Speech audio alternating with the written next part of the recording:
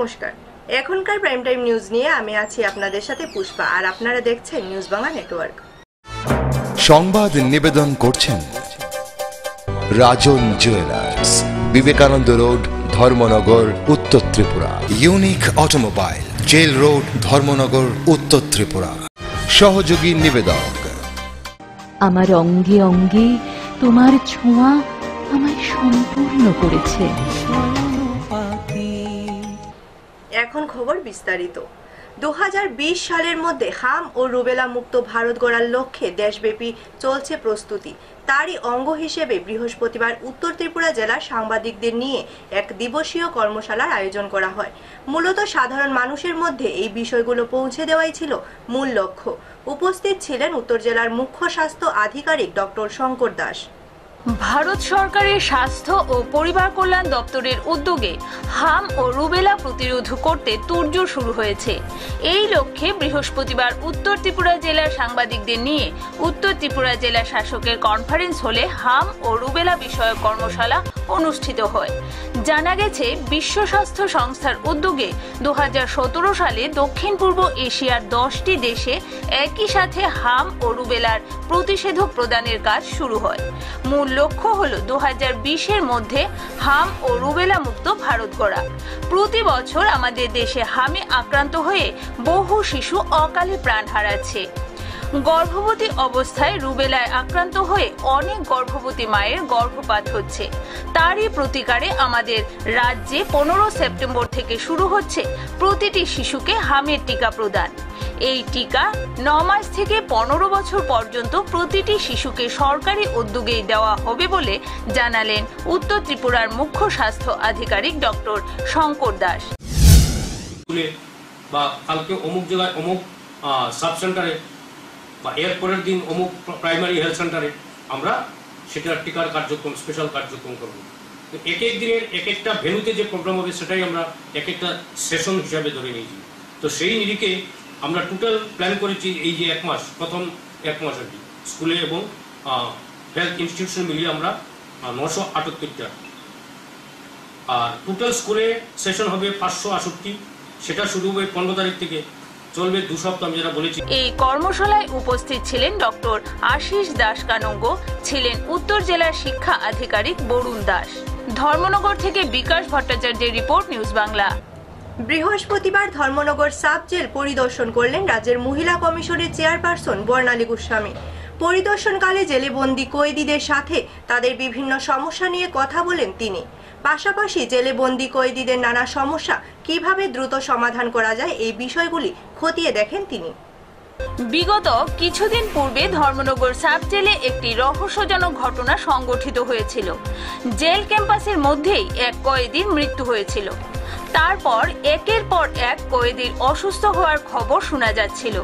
বৃহস্পতিবার Dharmanagar sub jail পরিদর্শন করলেন মহিলা কমিশনের চেয়ারম্যান তথা সমাজসেবী বর্ণালী গোস্বামী। জেল পরিদর্শনের সময় তিনি কয়েদিদের সাথেও কথা বলেন।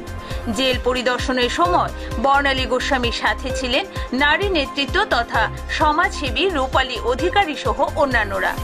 বর্ণালী গোস্বামী জানান, এই পরিদর্শনের বিশেষ কোনো কারণ ছিল না, তবে তিনি বলেন জেলের ভিতরে জায়গার অভাব রয়েছে। পাশাপাশি তিনি আসামি রজত নাতির কথাও তুলে ধরেন। তিনি বলেন, রজত নাতি জেলের ভিতরে আনন্দে রয়েছে। বিনাদে ধর্ষণ এবং হত্যায় তার কোনো আফসোস নেই। এখানে মানে জায়গার কিছুটা স্বল্পতা রয়েছে, সেটা কোনো বিষয় নয়, কারণ নতুন একটা পরিদর্শন করলেন সাব জেলায়। আপনার কি মনে হয় ধর্মনগর সাব জেলার মধ্যে সেরকম কিছু হচ্ছে বলে আমার মনে হয় না, কারণ এখানে যথেষ্ট পরিষ্কার পরিচ্ছন্ন ভেতরটা আছে, মোটামুটি ঠিক আছে। একটু জায়গার অভাব আছে, সেটা সম্পূর্ণ হয়ে যাবে। নতুন জেল তৈরি হয়েছে, শিফট হয়ে যাবে, সেই জন্য এইখানের যে জায়গা সংকুলনের যে সমস্যা, সেই সমস্যার সমাধান হয়ে যাবে নতুন জায়গায় শিফট করার। ম্যাডাম, বিগত কয়েকদিন আগে আমরা একটা গুঞ্জন সরেছিল ধর্মনগরে যে রজত তাঁতি নাকি বেইল হয়ে গেছে। আপনি এই ব্যাপারে কি বলবেন? আজকে তো আপনি নিজে দেখে আসলেন যে রজত তাঁতি জেলেই আছে। হ্যাঁ, সেটা কিন্তু খুব গুরুত্বপূর্ণ একটা প্রশ্ন আপনি আমাকে করেছেন। যে গুঞ্জন কি, এটা মোটামুটি প্রচার হয়ে গিয়েছিল যে রজত তাঁতি নাকি বাইরে ঘোরাফেরা করছে, কিন্তু এই কথাটা একদম মিথ্যে। এবং আমি বলবো যারা এই ধরনের প্রচার করেন তারা একটু বুঝে শুনে প্রচার করাই ভালো। সাধারণ লোকের কাছে এই ধরনের মিথ্যে মেসেজটা না যাওয়াই ভালো। আমি নিজে দেখেছি রজতাতি জেলের ভেতরে আছে এবং আশা রাখছি এই ধরনের জঘন্য কাজের জন্য অবশ্যই আইন তাকে সঠিক শাস্তি নিশ্চয়ই সে পাবে। সেখানে আইনের প্রতি আমাদের সম্পূর্ণ আস্থা আছে। ধর্মনগর থেকে বিকাশ ভট্টাচার্যের রিপোর্ট, নিউজ বাংলা। কৈলাসহরের মনু নদীতে তলিয়ে যাওয়া মোহন মুন্ডাকে অনেক খোঁজাখুঁজির পরও উদ্ধার করতে সক্ষম হয়নি প্রশাসন। এই তল্লাশি অভিযানে ছিলেন এনডিআরএফ ও বিএসএফ জওয়ানরা। নদীপথে প্রায় 20 কিলোমিটার বাংলাদেশে ঢুকেও মোহন মুন্ডার লাশ উদ্ধার করতে ব্যর্থ হয় প্রশাসন। বুধবার কৈলাসহরের শ্রীরামপুর পাকা সেতুর পাশে মনু নদীর জলে লালমোহন মুন্ডা নামে এক চা বাগান শ্রমিক নদীর জলে তলিয়ে যাওয়ার পর বৃহস্পতিবার সকাল 7টা থেকে এনডিআরএফ, বিএসএফ, এসডিএম অসীম সাহা সহ সংবাদ প্রতিনিধিরা বোট নিয়ে নদীর জলে মৃতদেহ তল্লাশিতে নামে। দুপুর পর্যন্ত চলে তল্লাশি অভিযান। এই অভিযান কৈলাসহর শহরের শ্মশানঘাট থেকে শুরু হয়ে ফের শ্মশানঘাটে এসেই শেষ হয়। মনু নদীর জলে বাংলাদেশের ভিতরে গিয়েও তল্লাশি হয়। বাংলাদেশের ভিতরে প্রায় 20 কিলোমিটার যাওয়া হয়। এনডিআরএফ এর কর্মীরা অক্লান্ত পরিশ্রম করেও মৃতদেহটি পায়নি। তল্লাশি অভিযান শেষে কৈলাসহরের এসডিএম অসীম সাহা সংবাদ প্রতিনিধিদের জানান, গতকালকে লালমোহন উরাং নামে এক ব্যক্তি মনু নদীতে ডুবে গেছে এমন একটা খবর আমাদের কাছে এসেছিল। কালকেও আমরা এনডিআরএফ, বিএসএফ নিয়ে খোঁজাখুঁজি করেছি সন্ধ্যা পর্যন্ত। এরপরে লাইট না থাকার কারণে আমাদের এই রেস্কিউটা আর চালানো যায়নি। আবার আজ সকালবেলা এনডিআরএফ, বিএসএফ, আমি নিজেও ছিলাম, সব মিলে আমরা সার্চ করছি। এখন পর্যন্ত আমরা বাংলাদেশের পার্ট পর্যন্ত আমরা বিএসএফদের তরফ থেকে খোঁজাখুঁজি করা হয়েছে এবং ওই কাউন্টার পার্টকেও বলা হয়েছে যদি এরকম বডি পাওয়া যায় যাতে জানানো হয়। আর আমরা আমাদের ইন্ডিয়ার পোর্শনে আমরা খুব খোঁজাখুঁজি করেছি। এখন পর্যন্ত ডেড বডি কোনো কিছু পাওয়া যায়নি। তবে নদীতে প্রচুর জল, এই জলের ভেতরে এবং সম্ভাব্য যত জায়গায় আটকাতে পারে সেগুলি আমরা সার্চ করেছি। এখন পর্যন্ত আমাদের ডেড বডি পাওয়ার মতো কোনো সুযোগ আমরা পাচ্ছি না। আমাদের এই অপারেশন জারি থাকবে।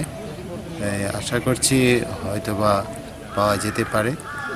যদি এখান থেকে নিচে চলে যায় তাহলে বাংলাদেশের থেকেও যদি ওইখানে পাওয়া যায় বিএসএফ এর মাধ্যমে আমরা ওই ডেড বডি রিকভারি করার চেষ্টা করব। কৈলাসহর প্রতিনিধি রিপোর্ট, নিউজ বাংলা। অতিরিক্ত মদ্যপানের ফলে অকালে প্রাণ গেল চুরাইবাড়ি থানাধীন পূর্ব ফুলবাড়ি এলাকার এক যুবকের। জানা যায় দেশি মদের সাথে কলা খেয়ে এই অকাল মৃত্যু ঘটে তার।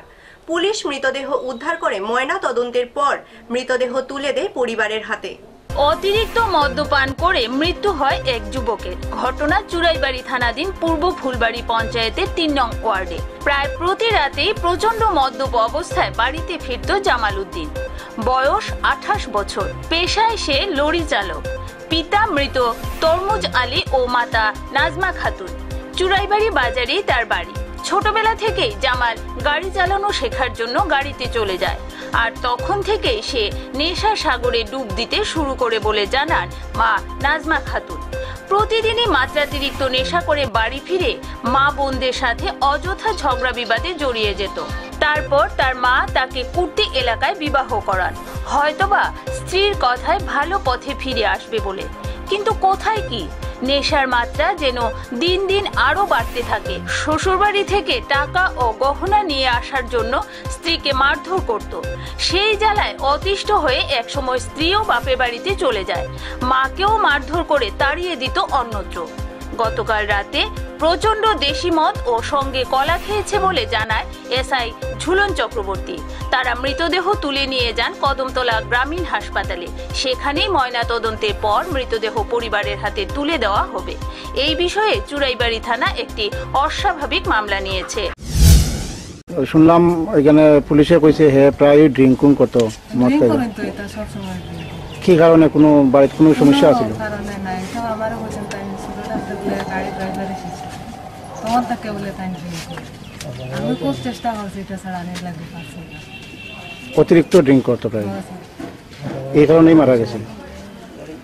এখানেও থাকতেও বলছেন, আমার বাবার বাড়ি দেওয়া হচ্ছেন, সবসময় ড্রিঙ্ক করতে। আর তোমার উপরে কোনো অত্যাচার করতো না তো মারা জোড়া হত্যা। তো যার কারণে তুমি তোমার বাবার বাড়িতে গেছো গিয়া? আমি তো ওইতাম হয় না, আমার ইনো আসিল বাক্কা কতদিন বুঝলেন, ড্রাইভারে করে যায় আয়, সপ্তাহ 10 দিন 15 দিন রইয়া গাড়ির থাকে বাড়ি যায়, বাড়ি গিয়া 2-4 দিন রইল, খাইলো ঘুরাইলো আইয়ে, আবার ওলা কয়দিন যায় কয়দিন রয়ে, কথা করে। বহুত চেষ্টা করি আমি তারে মানুষ বানাই না, কই মদ খাওয়া বন্ধ করো, বাজে দান্দা বাদ দেও, পারছি না আমি। বিকালবেলা একটা কমপ্লেন, নাজমা খাতুন এই ডিজিজের মা একটা কমপ্লেন সাবমিট করছে যে তার ছেলে দীর্ঘদিন থেকে মদ খাইয়া ফ্যামিলিতে বিভিন্ন ধরনের প্রবলেমস ক্রিয়েট করতেছে, যার ফলে তার জ্বালায় অতিষ্ঠ। সেই অনুসারে আমাদের সাব ইন্সপেক্টর SI শুক্রমণি দেববর্মা আজকে সকালবেলা আইছেন সেটা তদন্ত করতে। উনি আইয়া পাইছেন যে দরজা বন্ধ ঘরের, সেই অনুসারে এই লোকালিটির প্রতিবেশী কয়েকজন ডাকছেন, ডাকিয়া দরজা ইয়ে করছেন, কুলাইছেন, কুলাইয়া ভিতরে গেছেন, দেখছেন। মৃত পাইছেন? শুক্রমণি বাবু প্রথম আইসে, আইয়া মৃত পাইছে, তার ডেড বডি। তা আমি 12টার দিকে আমার ইয়ে করছে, নক করছে, সে অ্যাকর্ডিংলি আইসে। আমি আইয়া দেখছি তাইনও আছে, প্রেজেন্ট আছে, এই লোকালিটির আর পাবলিকরাও আছে। জিজ্ঞাসাবাদে জানছি যে কালকে রাত্রে হেভি ড্রিঙ্ক করছে, এটা কলা নিয়া এবং মদ নিয়া খাইছে, যার ফলে তার প্র্যাকটিক্যালিও দেখছি যে কলা এবং লালা মুখে থেকে পড়ছে, বালিশের দিকে বাইয়া পড়ছে, এই অবস্থায় তার মদের গন্ধ পাওয়া গেছে। কি আপনারা কোনো মামলা নেবেন?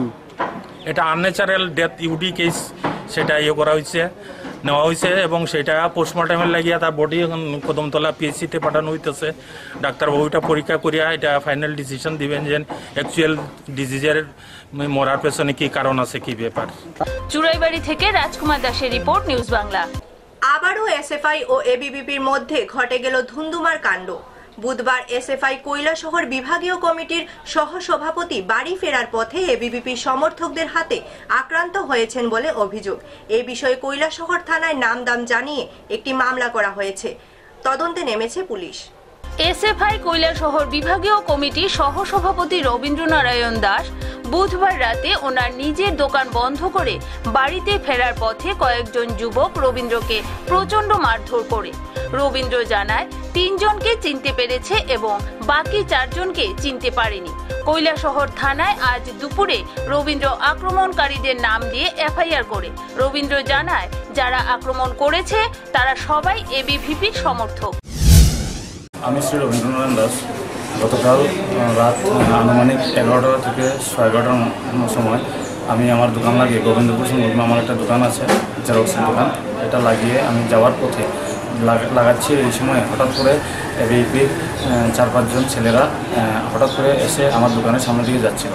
ওই সময় আমার নাম ধরে, আমাকে বাবার নাম ধরে, আমার বাবা নেই, আমার বাবার নাম ধরে অনেক বাজে গালিগালাজ করে ওরা ওদিক দিয়ে যাচ্ছিল।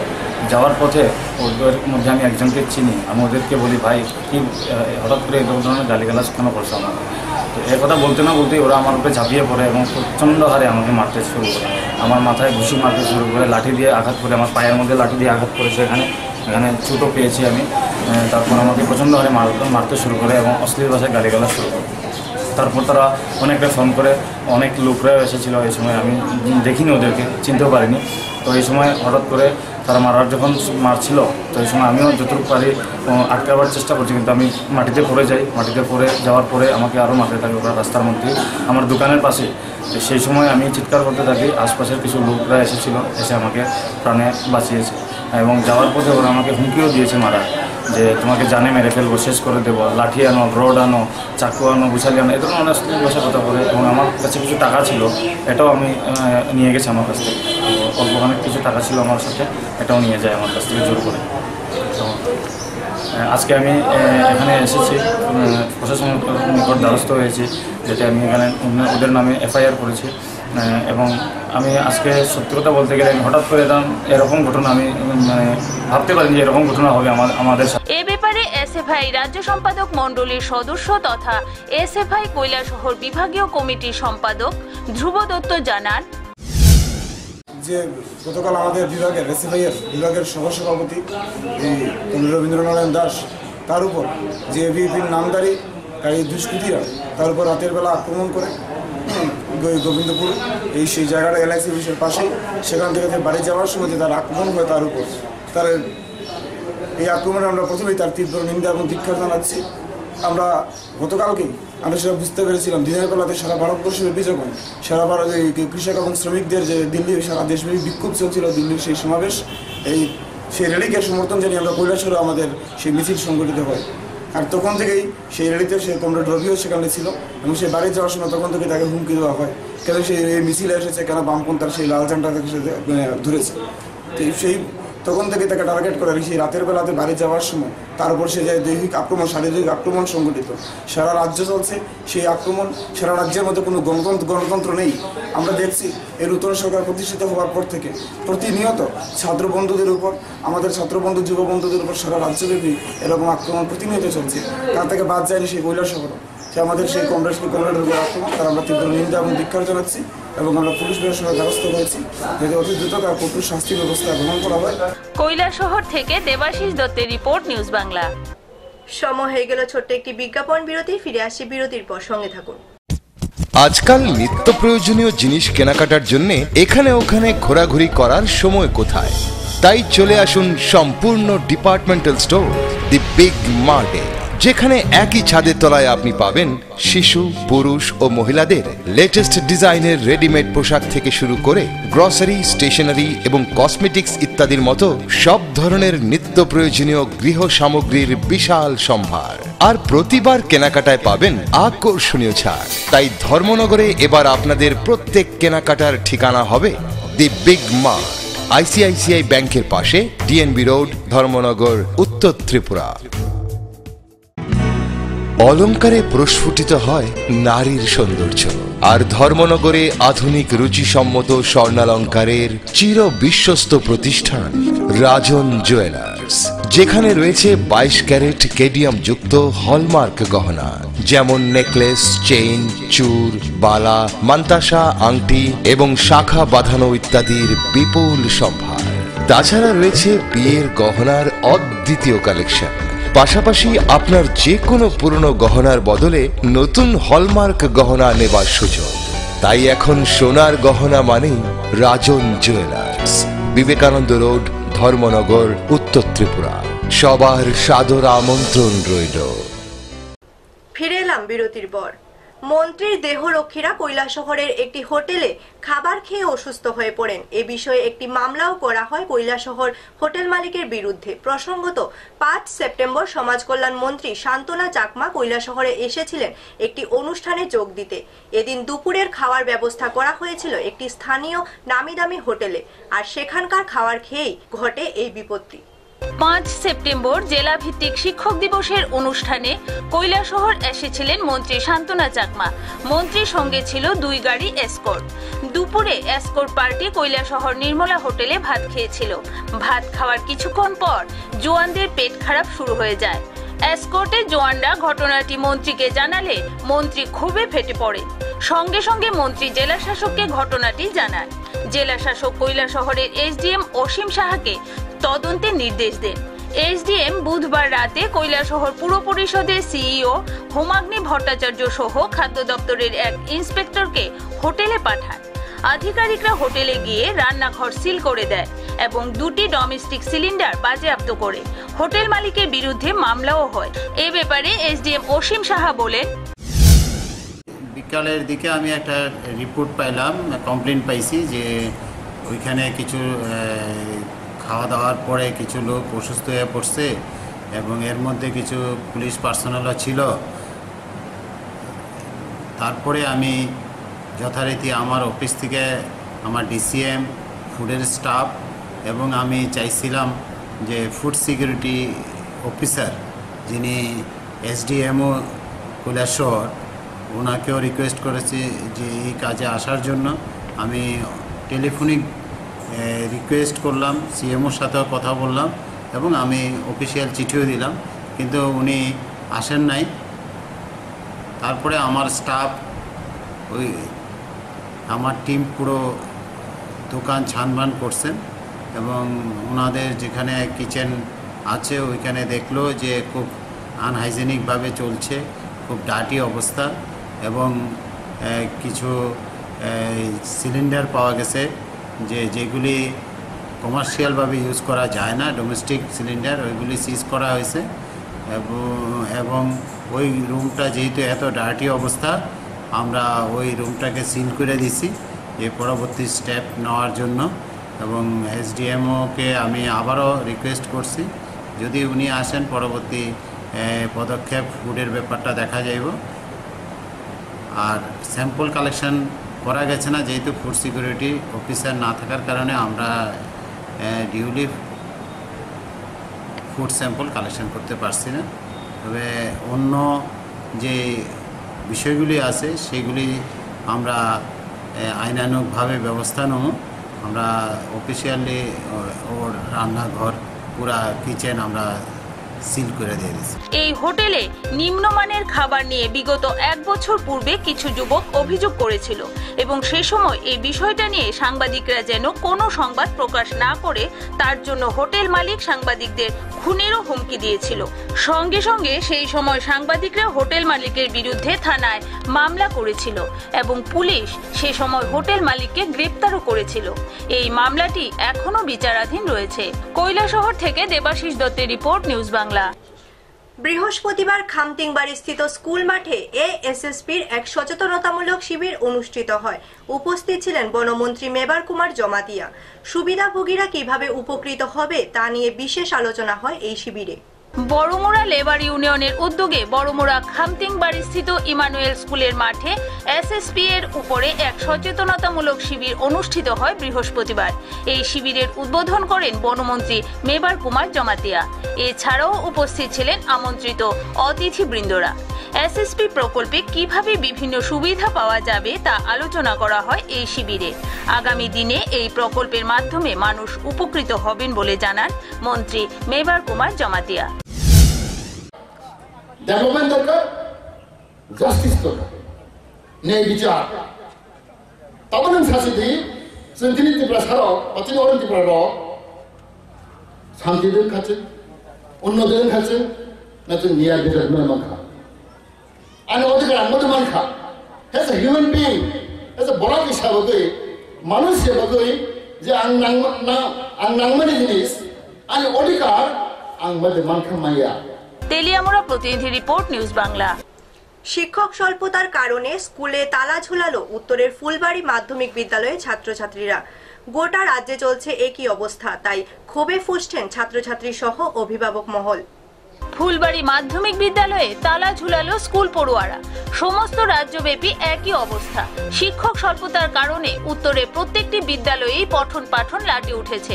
কদমতলা ব্লকের অধীন দক্ষিণ ফুলবাড়ি মাধ্যমিক বিদ্যালয়টি ষষ্ঠ শ্রেণী থেকে 10ম শ্রেণী পর্যন্ত মোট 339 জন ছাত্রছাত্রী রয়েছে, আর তাদের পাঠদানের জন্য মাত্র 5 জন শিক্ষক রয়েছে। এই 5 জনের মধ্যে 3 জন ব্যস্ত সরকারি বিভিন্ন কাজে, একজন ডিও এবং অপর 2 জন বিএলও। তাই সরকারি কাজের জন্য প্রতিদিনই এই 3 শিক্ষকের বাইরে কাটাতে হয়। ফলে বিদ্যালয়ে নিয়মিত মাত্র 2 জন শিক্ষক শিক্ষাদান সহ নাম নথিভুক্ত যাবতীয় কাজ করেছেন। তাতে রীতিমতো 5টি শ্রেণীর প্রতিটা ক্লাস করা সম্ভব নয় ওই 2 শিক্ষকের কাছে। এর মধ্যে একজন ইনচার্জ উত্তম কুমার গোস্বামী, তিনি জানান 3 মাস পূর্বে যখন তিনি চার্জ নেন তখনও 8 জন শিক্ষক ছিল বিদ্যালয়ে। একে একে 3 জন শিক্ষক অন্যত্র বদলি হয়ে যান। এখন মাত্র 1 জন বিজ্ঞান শিক্ষক রয়েছে। বৃহস্পতিবার ছিল স্কুলে পরীক্ষা, তাই ছাত্রছাত্রীরা পরীক্ষা খারাপ হওয়ায় আজ পরীক্ষা শেষে স্কুলে তালা ঝুলিয়ে দেয়। দীর্ঘদিন থেকে আমরা জানাইছি যে আমরা স্কুলের টিচার নাই, যে টিচার আছেন 4-5 জন ইউনিটে খাবার হয় না। তাই আমরা বহুদিন থেকে জানাইছি যে টিচার নাই, তারা কোনো কিছু করছেন না। আমরা টিচার চাই, সায়েন্সর নাই। সায়েন্সর নাই না, আর্টসর আছেন 3-4 জন, তা ওই জায়গায় আর্টস হইলে সায়েন্সর নাই। আমরা বিদ্যালয়ে দীর্ঘদিন থেকে আমাদের টিচারের স্বল্পতা। অনেকজন টিচার ছিলেন আমাদের বিদ্যালয়ে, আর 3-4 বছর থেকে অনেকজন টিচার নিয়ে যান। টোটাল 14 জন টিচার আমাদের বিদ্যালয় থেকে নেওয়া হয়েছে, কিন্তু তার বদলে 2 জন টিচার দেওয়া হয়েছে। এখন আমাদের বিদ্যালয়ে আমরা ক্লাস করতে অসুবিধা হচ্ছে, পুরোপুরি ক্লাস করা অসম্ভব। এই 3-4 জন টিচার অফিসের কাজ, অন্য কিছু কাজ আছে, এর জন্য পুরোপুরি ক্লাস করা যাচ্ছে না। আমাদের শিক্ষকের প্রয়োজন, কারণ এই 2-3 জন 4 জন শিক্ষক দিয়ে একটা হাই স্কুল চালানো সম্ভব নয়। তো আমরা শিক্ষক চাই, আমাদের শিক্ষক দরকার। ফলে বিপাকে পড়েন শিক্ষক শিক্ষিকা, ছুটে আসেন SMCS কমিটির লোকেরাও।